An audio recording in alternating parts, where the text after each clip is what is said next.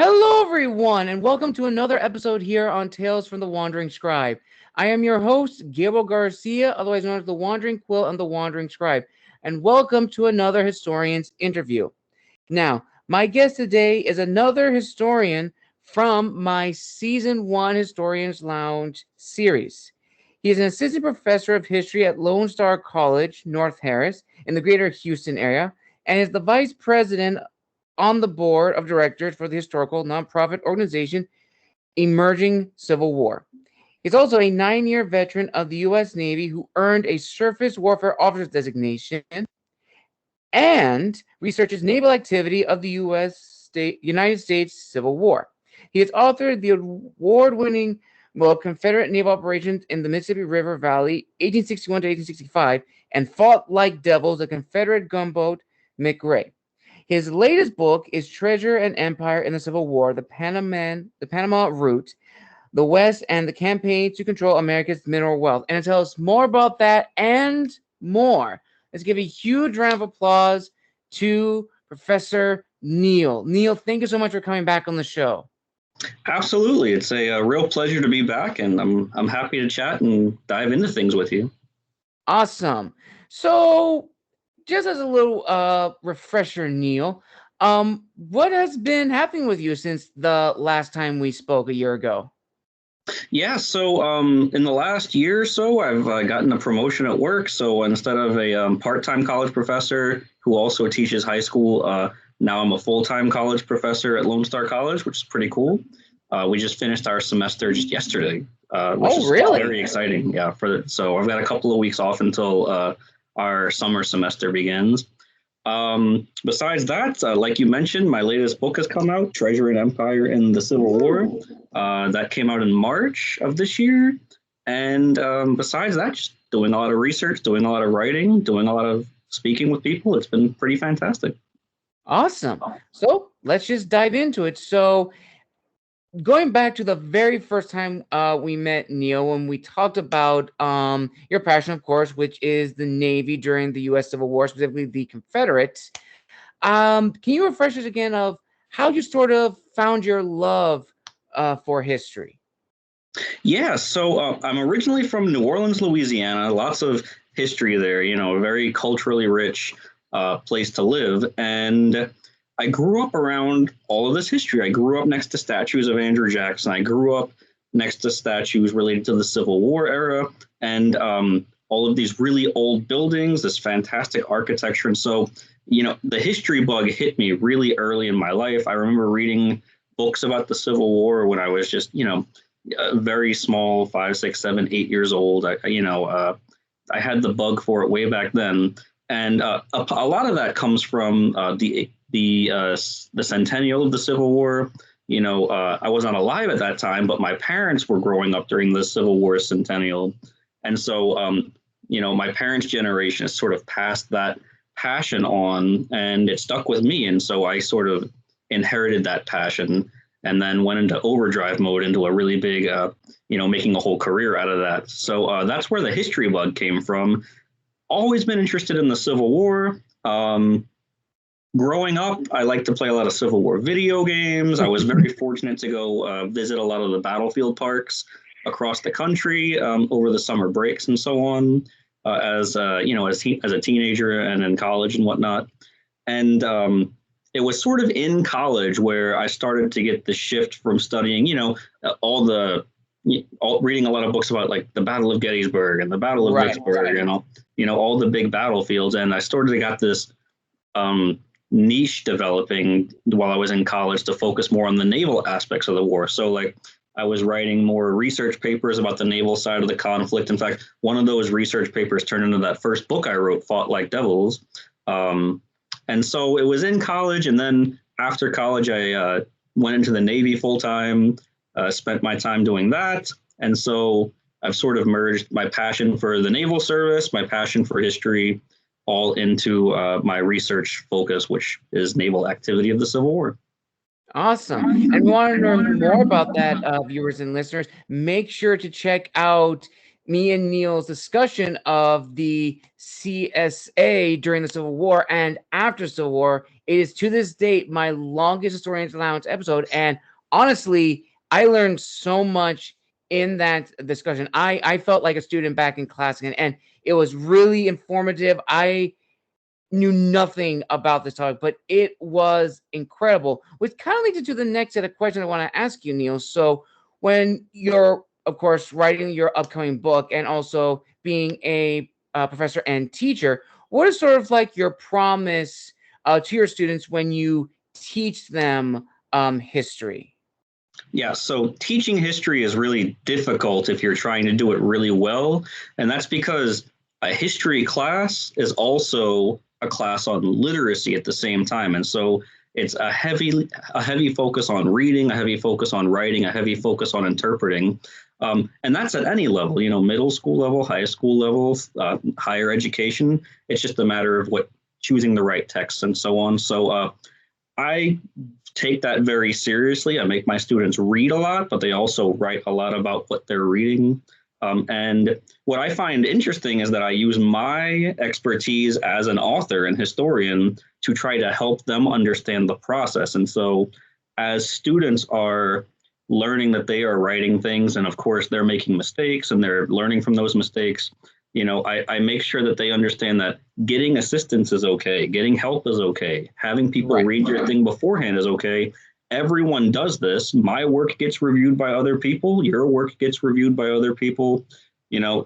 That's a norm. And when students understand that it's a norm, that even people at the top of their field are having others evaluate their work, then they see it as okay for them to have their work evaluated by others or by me as their instructor and so on. So it's definitely heavily focused there. Another thing that I like to do is when we're talking about subjects in my classes that are related to things I have researched personally, I like to throw links and video clips out there, like the video link to our previous discussion. I'll show them the link, and we're not going to watch it in class, but I make sure they see it, and then I talk about those things for a minute or so. If you want to learn more about this topic we talked about today, here's the thing I wrote about it, or here's the discussion I had online about it. And that generates some interest with students because they see that I'm passionate about what I study, and it's not just somebody coming into class and talking to them for an hour or so on about something they don't care about. They can see my passion, and when students see passion in their educators, then they become more passionate in what they're doing because they can see you've put forth the effort to make sure that they're getting a better education overall instead of just checking the box and going through the motions. Definitely. I 100% agree. I think that's probably the biggest thing that turns people away from history because, growing up, we're taught names, dates, and places, and that's drilled into us, early on, like middle school and, of course, in high school. But it's really nice when, as you said, Neil, when the teacher is passionate about the material and makes it fun and engaging, then it's not just names, dates, and places. It's, well, why this date? Why this name? Or what was so significant about this place? You learn the context behind it, and that itself is fun and engaging. So now let's sort of pull back the layers. Let's actually go back in time a little bit. So can you tell us about your first time becoming a teacher and then becoming a professor as well? And what were the early experiences like with your students? Were the positives there initially, or did they come later as you got to know your students? Yeah, so I've taught at pretty much every level you can teach at. I started teaching in middle school, I've taught high school, I've taught college, and I've taught pretty much every subject that you can teach in these avenues. I've taught United States history, world history, psychology, sociology, geography, economics, civics, and government. I've taught kind of the wide gambit of everything. And I think that that's really cool because it lets me see where gaps are with a lot of students. So am I a perfect middle school teacher? No. Am I a perfect high school teacher? No. Am I a perfect college professor? Absolutely not. But having the experience of seeing all these different age levels and having to interact with different material, different time periods, different expertise levels, it lets me see where students are falling short, and it lets me see when I get to the next level of teaching, oh, I already know where gaps are coming from with other students that are coming into the new area that I'm in. And so it helps me bridge those gaps a lot. So I really like the path that I've had is not a traditional one for a college professor at all, but it allows me to have some of the knowledge of understanding where students are coming from. And then that lets me see where their gaps are. And then it lets me be a little bit more realistic with them in setting goals and standards so that they can come through with a successful course, because success for one person is going to look different for success from another person in any particular class. And if I can help them reach their level of success while maybe also introducing to them a love of something regarding history in our past, and it doesn't have to be about the material we're studying. You know, a lot of people say, like you mentioned, I don't care about history. It's just memorizing this stuff. Well, you just have not been exposed to something you care about then. You can always find something that someone cares about when studying the past. It's just a matter of them being exposed to that for the first time, and so that they can gain a passion for it. Nice. And do you feel over time, looking back, that your promise to your students has been validated? Going back to what you said earlier, that I'm going to be passionate about teaching, I'm going to make it fun and engaging, and they're going to see that I'm passionate about it. Yeah, I like to think that I've accomplished that goal. You know, not every student is going to like every class that you're teaching. There's always going to be somebody that you do not reach, and that's okay. The goal is that they're taking so many classes with so many different people that they're going to find that somebody that they click with, because a lot of it is about personality. You know, do you click with a student? Do they feel comfortable with you? And it's not so much about, you know, a curriculum or a piece of material that they're studying. So I like to feel like I'm doing a pretty decent job with that. And I like to feel that my students think I'm doing a pretty decent job with that, of course. And I would say overall, my impression is that that's the case over time. Nice. That's actually really awesome, Neil. And it's honestly true, listeners. Everything that Neil said is very, very true. And that's why I just love having these interviews with professors, students, historians that are very passionate about history, because history, I think, is in the realm of a lot of subjects that if you teach it right, it can be very engaging, but if not taught correctly, it could be very dull, very boring, which is unfortunate, but it does sometimes happen. And I want to ask you, a very kind of like a very heavy question. So you probably may have experienced this, or maybe not have experienced this during your historian education. But as you know, being a professor as well as being an author, especially being an author, that gathering resources and sort of like presenting, either a dissertation or a proposal for a book is a very lonely experience, and tied with historian in the sense that hours and hours going into research, gathering everything together, and you really want to hit home and really sell it. If you're like selling a proposal to a publishing house to have a look at your book, or you're making this really good lesson for your students that you put a lot of effort into it, and it doesn't reach the engagement that you expected. And that kind of goes to what I've now enjoyed talking with my guests, this sense of imposter syndrome, where that negativity in the back of your mind makes you reflect, am I in the right field, or should I even be in this field? So for you, Neil, in your opinion, your own experience, have you ever come across imposter syndrome? And if so, or if not, what has still disciplined you to teach history, to pursue history, and to write about history? Yeah, so we all experience imposter syndrome. I experience it all the time. You know, sometimes I see myself, you know, I'm a full-time college professor. Sometimes I see myself as just a glorified middle school teacher who somehow nobody noticed that I snuck into higher education or something like that. Everybody feels this, and it's important that we feel this, because if you feel imposter syndrome, in a way, it's validating that you recognize you have shortcomings, and we all have shortcomings in our research and in our process and everything. Rejection is a normal thing. It happens all the time. I have written articles for like journals that get reviewed by other historians, and they've rejected my work, and that's okay. And then they've offered me guidance on how to improve it, just like I have reviewed other people's work and rejected it because it has some work that needs to be done before it can be at the level where it needs to be. I've written book proposals that have been rejected. Written book proposals that have been approved.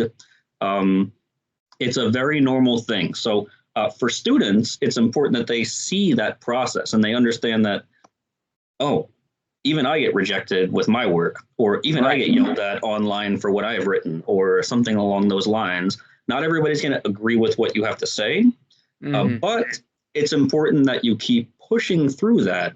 A good rejection is one that offers you good feedback, and then you can take that feedback to make a better version of what you're doing overall. And so, whether you're a student trying to push through a class or whether you're a historian trying to write a book proposal,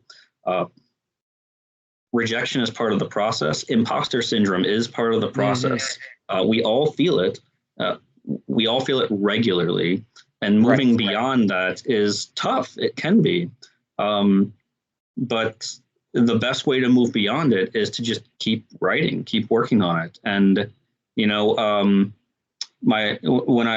I've done a book proposal before and it's been rejected by like 5 or 6 different groups. And then one group finally says yes. And lo and behold, people really liked it. And that gave me a lot of confidence, because it was okay to be told no. And then it was okay to be told yes. And turns out the public didn't mind everything that went through, but it's all a matter of finding the right flow and finding the right connection points. And maybe things get turned down in one place because, well, maybe you're just not destined to be with that organization and so on.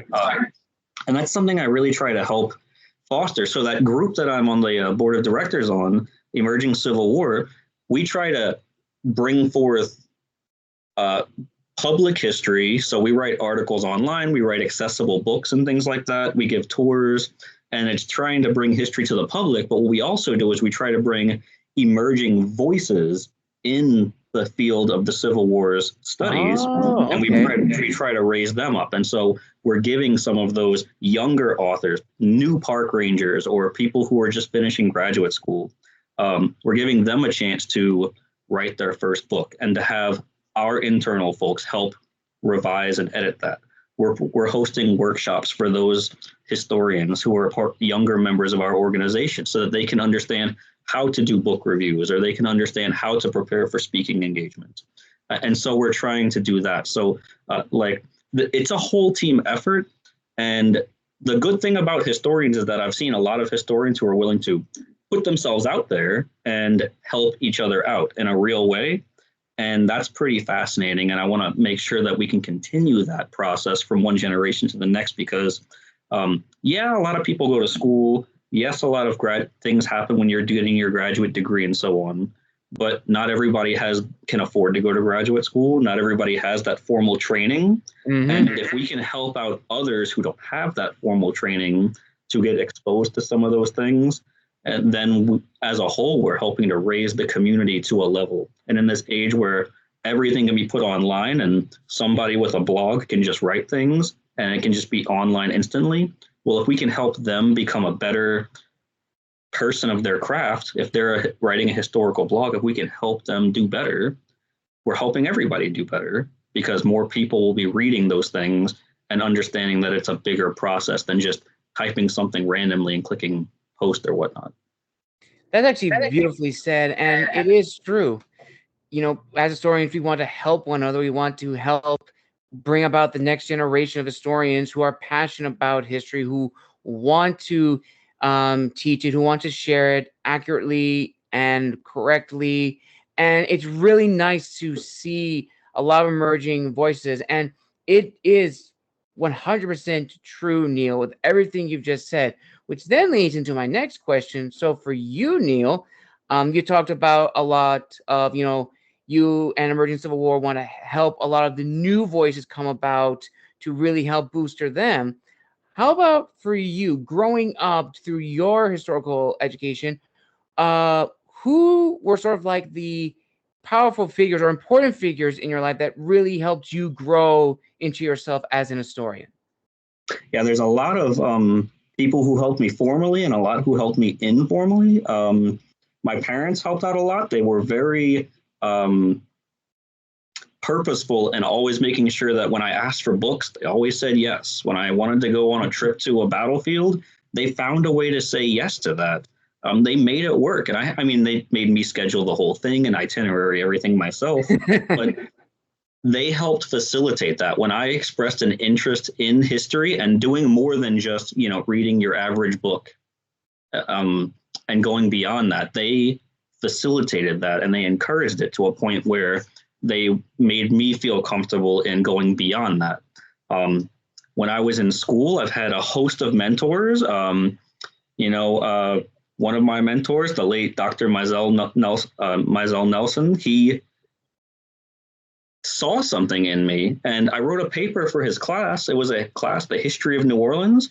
He asked for a 5-page paper. I turned in a 50-page paper, and he was all about it, and he encouraged me to keep going. He found a way for me to speak at a conference about it, and it turned into my first book. Like his encouragement helped me realize a real goal. And he's not the only professor who's done that. I've had a host of other professors who have done that same thing in encouraging me in one way or another, either by encouraging me to, hey, submit that paper to this conference or revise this thing and have another professor read it and see if they want to help you get it published somewhere. And then, like I said, with the Emerging Civil War group, I help run the thing now, but I just started out as a high school teacher who was writing for them part-time. And they helped me grow as a person, as a professional historian over several years to the point where now, I want to pass that along to others. And so I've had that mentorship, and that's one of the reasons I want to make sure that I can help be that mentorship for other people. That's awesome. That is amazing answer, Neil. Thank you for sharing that. I can definitely tell you're very, very passionate about this goal of wanting to inspire the next generation of historians, and Emerging Civil War definitely seems to be doing that, and really happy that you guys are fostering this sense of passion in the historical field, especially in the day and age we know with social media and everything. They show history, but they don't really teach history. They don't give it a lot of the context, especially now more than ever. That's really, really awesome. Trying to get a new audience to really help bolster the field. And speaking of audience and knowing who you're writing for or teaching for, let's now actually look at the business side of being a historian and also being an author. So for both, well, actually, let's start with the historians first. So when you finished getting your degree in history, did you initially want to go the route of a freelancer, a historical consultant hired out, or did you want to be a part of an organization like a school, university, or something like that? And of course, being an author, did you want to self-publish your books, or did you want to find a university press that you knew had a good reputation of reaching a wide audience? Yeah, so when I finished my time in the Navy, I wanted to get into education. And the best part of my time in the Navy was when I helped younger sailors learn new things, qualify in new positions, grow themselves. And so I wanted to take that passion for history that I had, merge it with this passion of helping others achieve something and learn things. And so that's kind of where the education part came in. So I went to grad school, got an education degree, got certified as a classroom teacher here in Texas, started teaching at the middle school and then at the high school. And while I was doing that, I was going back to grad school again and getting my graduate degree in history at the same time. And so I graduated from that, started teaching college part-time at nights online. And in fact, I was teaching college classes to some of the high school students. And over time, things just built up from there.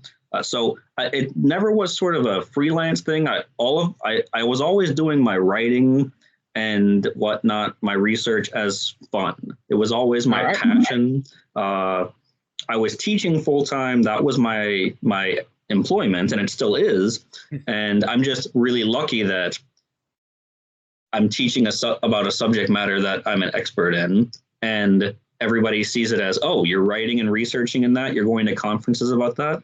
Well, that counts as all of your development for your education processes, so that you can maintain your status as, you know, a professor or an educator. And so it was never sort of a desire for me to like, oh, I'm going to freelance do this magazine thing or something like that. It was always education was the stability to ensure that I could also have the time and energy to facilitate myself as a writer and a researcher. All right. Awesome. Regarding the books, I've done it all. So my first book was self-published, and that's because I didn't know anything about writing books, and I didn't have the guts to pitch it to somebody. You know, that's that imposter syndrome. Like, who's going to want to hear a history book written by this guy who has never done anything before? And so I've had that imposter syndrome, and that has led me down a certain path. So my first book was a self-published book, but my last two have not been, and they've been with reputable presses who are focus on history and on the Civil War and whatnot. And so it has been a growing pattern for me, and I think that that's kind of cool. My entire career has been sort of a stepladder to higher things over time. It's very untraditional. You know, I started out middle school, high school, college, self-published to a more reputable press system. Right. You know, it's been a growing system, and it's taken, you know, over a decade for me to get to that level. You know, it's not an overnight system at all. I've been very lucky because I've had good mentors. I've been very lucky with just timing for some things. And I've been very lucky that the schools that I have worked at have allowed me to do all this very easily and have encouraged me to do so. You know, it's really great when you can go to your boss and say, hey, I'm going to miss a few days of class because I need to go speak at this conference on the other side of the country. And their answer is, go, please. You know, like, this is great. Keep doing what you're doing. This is awesome. So I've been lucky in a lot of ways, but it's not an overnight thing. It takes time to get it. You really need to set long-term goals and then find wickets that you can meet over time to meet those long-term goals. And that's really tough because, you know, we want to write, we want to research, we want to talk, we want to present, and that's awesome. But you got to figure out a way to develop yourself to a point where people want to hear what you have to say, not because people don't want to hear what you have to say now, they just don't know who you are, or they may not just be aware of the topic that you want to talk about or anything like that. So it is a process. It does take a while, and it's something that we all have to kind of figure out over time. And that's why I said, you know, it's important that historians help each other out, is so that we can guide each other along certain small steps along that path. Awesome. That's actually really, really cool. Now, focusing more also on the author side of you. Now, as authors, we all try to write for a specific audience. Some of us try to write for a broad audience to get a larger group of people. Some authors focus in on a very small audience. So I was wondering, Neil, is that almost the same thing being an author and an historian, because the audience is a little different? It's not so much, you know, fancy readers or general fiction readers. It's now so of, are you writing for those that are very interested in naval history? Or are you writing for those who are interested in Civil War history? So for you, Neil, in your experience, who would you say you write for? Yeah, that's tough. So there's a lot of people who write very technically. A lot of college professors write history very technically, and they write it to the point where they're writing essentially for other college professors. I'm not so much a fan of that, mainly because, well, you may be expanding an argument that's very minute, and you may be expanding that argument in a relevant historiography to a point. But if you're not getting that argument to a broader audience, then nobody's going to hear your argument. And then what's the point of making it? So I'm a very big fan of trying to reach a broader audience. Now, that being said, there's not a huge audience for people reading Civil War and naval themed related stuff. Right. And that's true, you know. And so part of what I'm trying to do is to expose people to that the naval elements of the Civil War era are much more complicated. There's much more focus on diplomacy. There's much more focus on economics. There's much more focus on inter-service military naval cooperation. And these elements play a much larger role than what people may think of with the Civil War era when they're talking about big battles in these giant trenches and, all these famous generals and whatnot. And if I can help people realize that the war is a little bit more complex than that, and it's much broader than what people are used to hearing, then that's an accomplishment on my end. And that's kind of what I've been steering towards. So a lot of the things I write online are about exposing random naval things that are tied to other elements so that people can kind of see those complexities. And a lot of the writing I do for like articles and books is focused on that primarily. So I would say I'm focused more on a Civil War audience to help them realize that there are naval elements to it. But there is a very passionate naval history audience out there. It does exist. I've been to naval history conferences.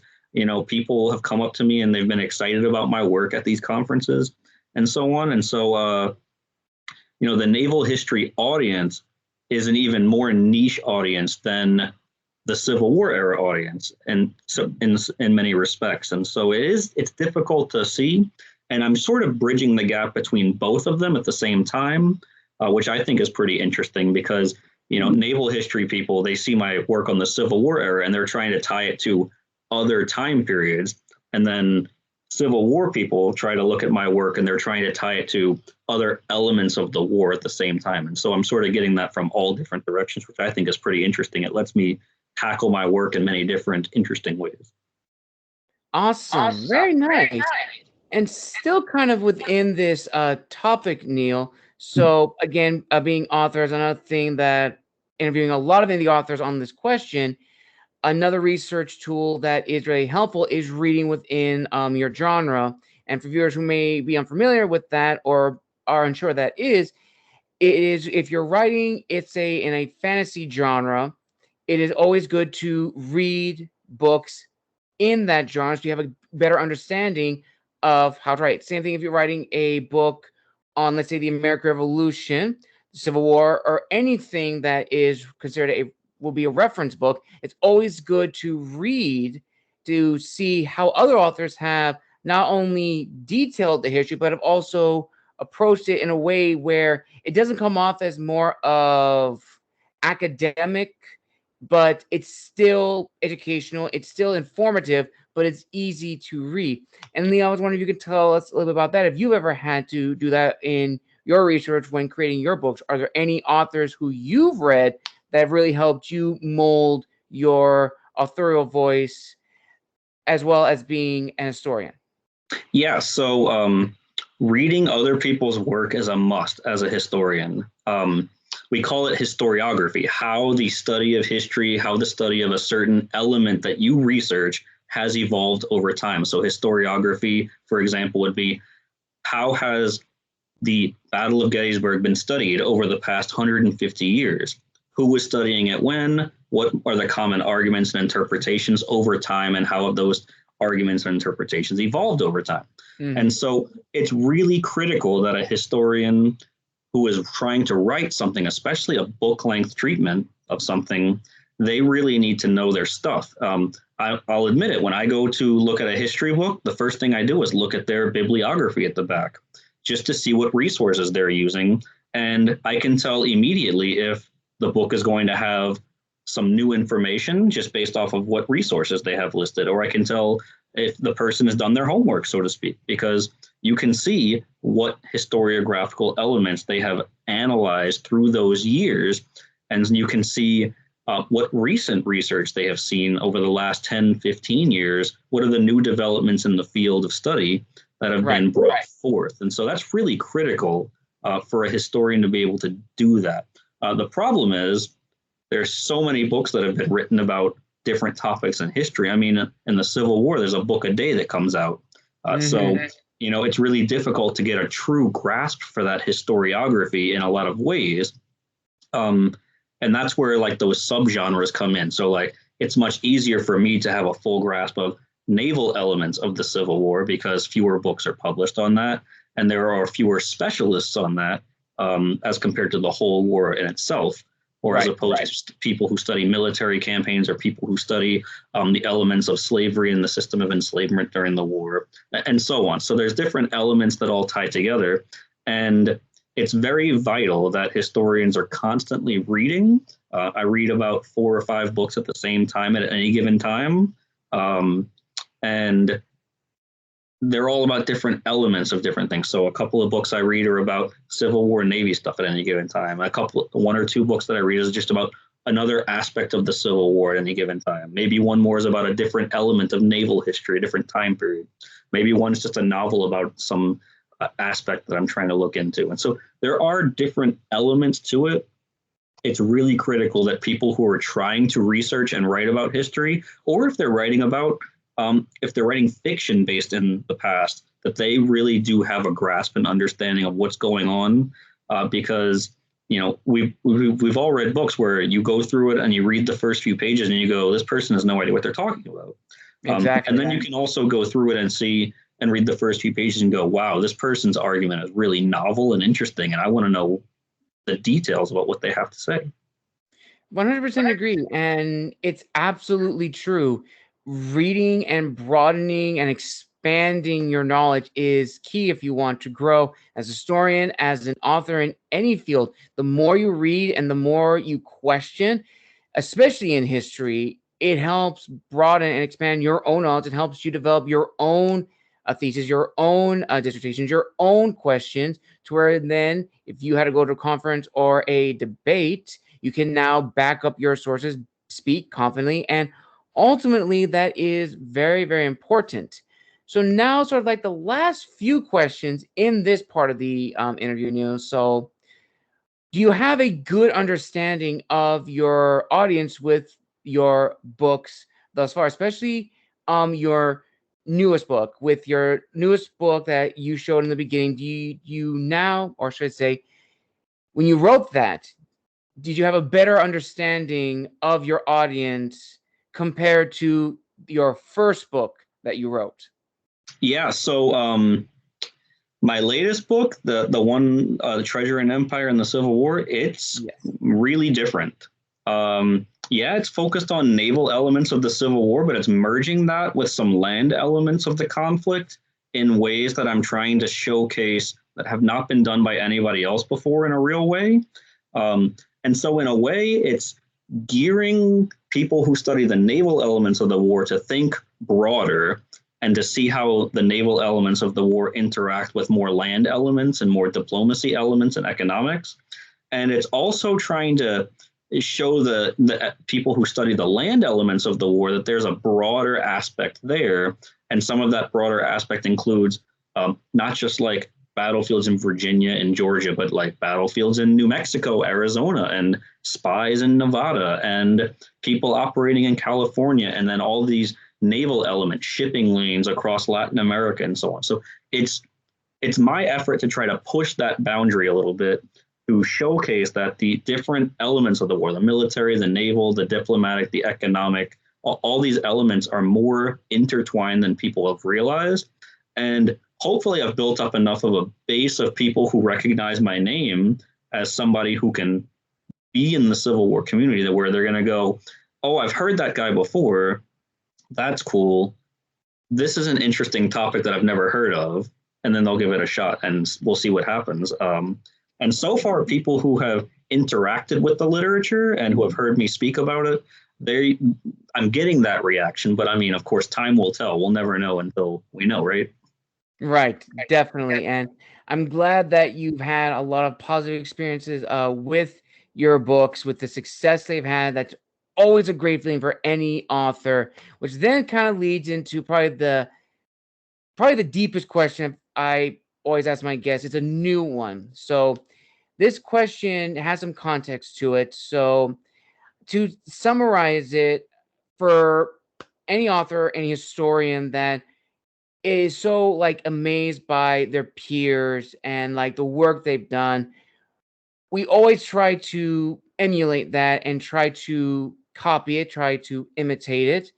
But that can also lead to some unrealistic goals and expectations. Either it's like a dissertation that you've spent hours and hours, if not years, working on it, especially if you're a graduate with a new degree, just got out, and you've been working on this throughout graduate school. And ultimately, what I'm trying to get is that the biggest lie that anyone could believe is that your debut project, thesis, book, whatever you've been working on for a long time, is not going to be the start of your legacy. And I learned that from an author who I showcased here on the channel a year ago. And it was a hard truth to swallow, but it is very true. In some cases, if you're an author or a historian, your dissertation or anything could just skyrocket to the stars. You could be traveling all over the world, giving performances or dissertations, conferences, whatever. But on the off chance, you could reach a certain level, and then your paper or your dissertation has been refuted multiple times. And that could then bring about the sense of imposter syndrome, making you question, should I be in this? Am I really going to do this if I'm going to be constantly thrown to the wolves or be destroyed? But she also added another important thing, is that there is no guarantee that your first debut thing is ever going to be the start of your legacy, but it should not deter you from pursuing your passion, be it an author, be it an historian, whatever, because it may take you years to make something that people will say, oh, this is his stuff, or hey, I know him.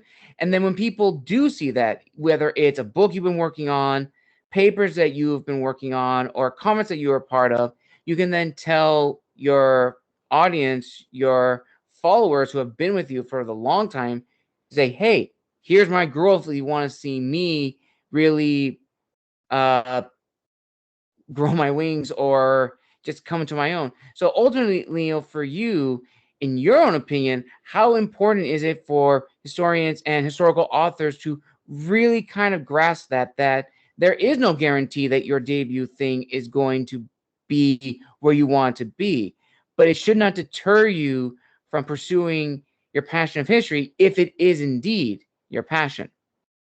Yeah, so perseverance is really important.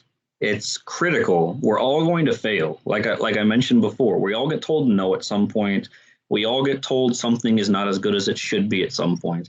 And it's not just evaluators, it's not just book publishers that are going to do this. You're going to hear that from fans. You're going to hear that from people online. If you're a writer and you're not getting yelled at online by somebody, something's probably wrong, because if you're making a real argument, people are going to disagree with that argument. Mm-hmm. And so perseverance is critical. Going along with that, people who want to get into the historical field, who want to become a writer of history or a writer in general for anything at all, what you need to do is you need to set some realistic and tangible goals for yourself. That's kind of the biggest advice I can give, is what do you want to do? How do you want to get to there? And for everyone, that's going to be different. For some people, it might just be, I want to write the novel that I've always wanted to write. Well, that's great. Well, how are you going to get to that? You need to outline things. You need to plan your writing. You need to actually spend time writing. You need to be prepared to have people tell you to fix things. You need to be prepared to have it evaluated. And you need to be prepared mentally for rejections. It's going to happen. Right. So it's important that everyone sets their own goal. And if your goal is, I want to be a historian who has multiple books, who gets invited to talk at all these presentations and symposiums, and who is recognized as an expert, well, that's not going to happen in a year. That's not going to happen in 5 years. It might not happen in 20 years. It all depends on when you finally reach this threshold of finding things. And if you're writing about something that other people have written about extensively, it might take much longer for you to get to that point. There's a million books about the Battle of Gettysburg. If you want to write a book about the Battle of Gettysburg, guess what? Well, there's a million of them. And so you're not going to add much value there unless you find a really niche element of it. And so I'm not trying to detract people from doing things, but you need to be realistic here, and you need to understand that different communities of writers, whether it's Civil War historians or whether it's naval historians or whether it's sci-fi writers or whatever the case may be, we all have our own internal communities, and wanting to join that is great. That's awesome. I'm not going to say no to more people trying to write things, but having a long-term goal is critical. Recognizing what you actually want out of that. So, if you want to write a book, well, that's great. And then you finally get it published. That's awesome. You've accomplished your goal. But was your goal to write a book, or was your goal to write a book that was successful and people buy a bunch of copies of it? Because that's a different goal. Yes. And so you need to be realistic with yourself about what does success look like for you. And then you need to set some barometers so that you can actually meet wickets to get to that ultimate goal. And it's going to take time, and it's going to take frustration, and it's going to take a lot of effort, but it is something that can be done if you work towards it. And like I said, success is going to look different for everybody. And it's important that you understand what success looks like to you individually as a writer. Awesome. And that is beautifully said, Neil. Beautifully said, beautifully spoken, and 100% true. Perseverance is key.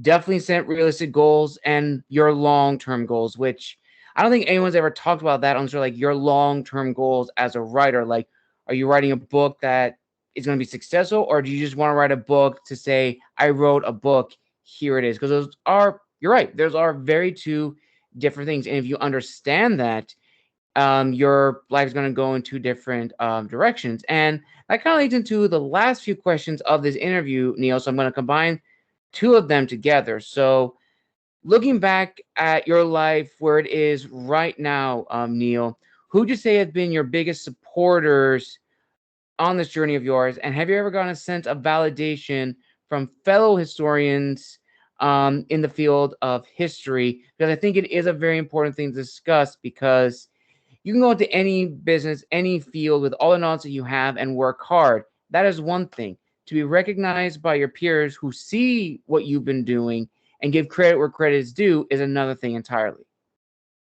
Yeah, so I've had a tremendous amount of support, and those folks have helped me a great deal. Like I said, my parents were very supportive of me as a child in wanting to get involved in history. I've had college professors who have been very supportive of me in trying to push me into a more public viewpoint, getting my name out there, publicly speaking, and so on. The biggest supporter that I've had, hands down, is my wife, Brittany. She's never going to say no if I say, hey, I need to get a new book about something. She's never going to say no if I say, hey, I need to go research these things. She's always been supportive of me trying to do my writing. She's always been supportive of me trying to have time to write. She's always been supportive of me when I say I have to go out of town to go give a presentation somewhere. And, it's been really fantastic to have her support in what I do, because it shows that she really does care about me and my passions. She doesn't care about the Civil War and studying it, but she cares that I care about it. And she cares that I have a passion for this. And so just like I try to feed her passion, she deliberately feeds into my passions in a way that helps me grow as a person overall. So that's been my strongest supporter. She's been fantastic in helping me move along. And to get to your second question, which I totally forgot. So could you repeat it for me? Of course. So have you ever gotten a sense of validation from fellow historians, either in the field of the Civil War, naval history, or just in the field of history in general? Yeah, so it was really cool the first few times that it happened. So I was speaking at a conference at the U.S. Naval Academy, the McMullen Naval History Symposium. This is the largest naval history conference on Earth. And I was lucky enough to get a spot to speak there. And while I was speaking there, I was touring one of the museums on the Naval Academy's grounds afterwards. And, somebody came up to me, a naval officer came up to me and said, "Oh, you're the guy who wrote that book about the river stuff." And I was like, "Yeah, that's me." And we had a nice chat about my research, and like this random person came up and found me at this conference so that they could tell me how much they appreciated my work. And that was really telling for me. It helped me realize that, it's cool to tell each other that we like each other's work. It's cool to interact with other people about this. And it was really telling that someone took their time out to engage me as a historian about my own work. And I had that happen a few times before. What I think of the funniest thing is I give a lot of presentations, and being focused on naval elements, there's a lot of technical elements to it. So ships have engines. There's a very set technical way that ships are operated and so on.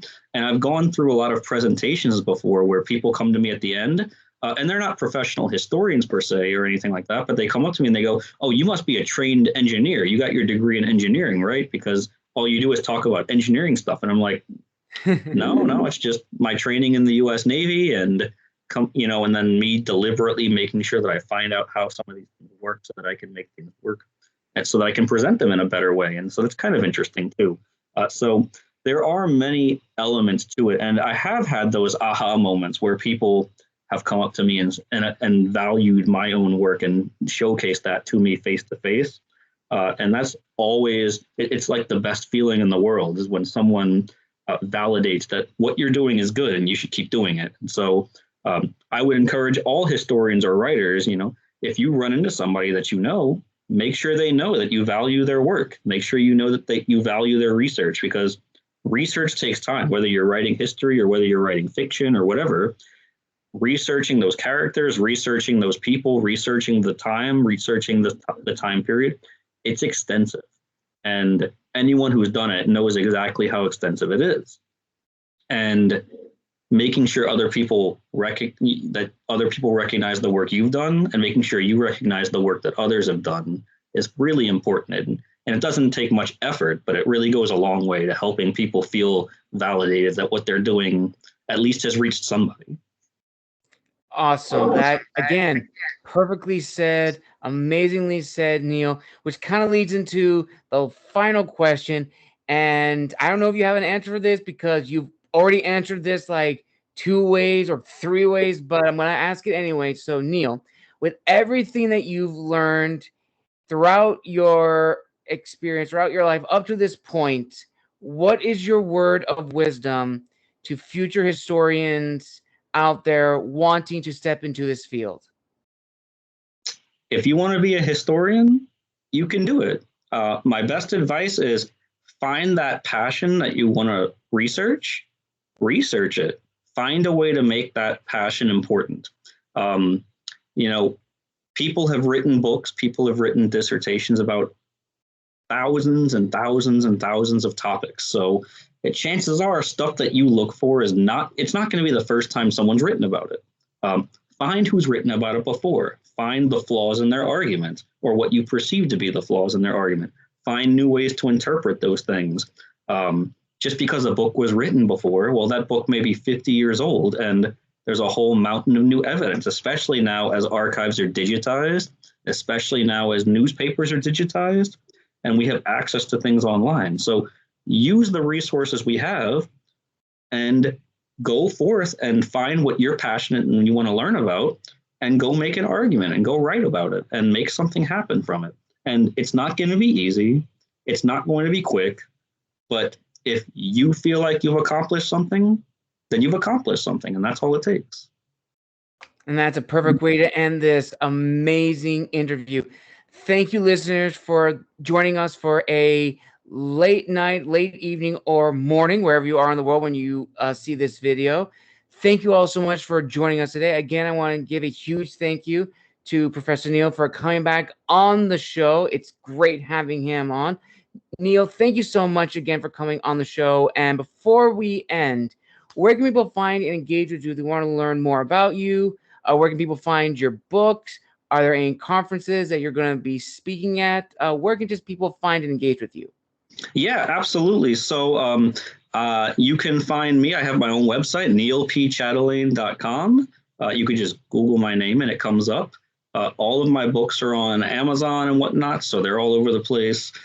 Or you can go to Emerging Civil War's website, www.emergingcivilwar.com, and you can find information about my work, but about all of our other historians from the Civil War era as well. And, if you reach out to me, I make it a point to answer back. So if you contact me on my website, I will answer back eventually once I realize that somebody's contacted me. Or if you reach out in other avenues, online through social media or whatnot, I will respond back because it's important we keep that dialogue going. So, feel free to reach out. That's how me and Gabriel got together. Is we just reached out to one another, and here we are. So it's that simple sometimes.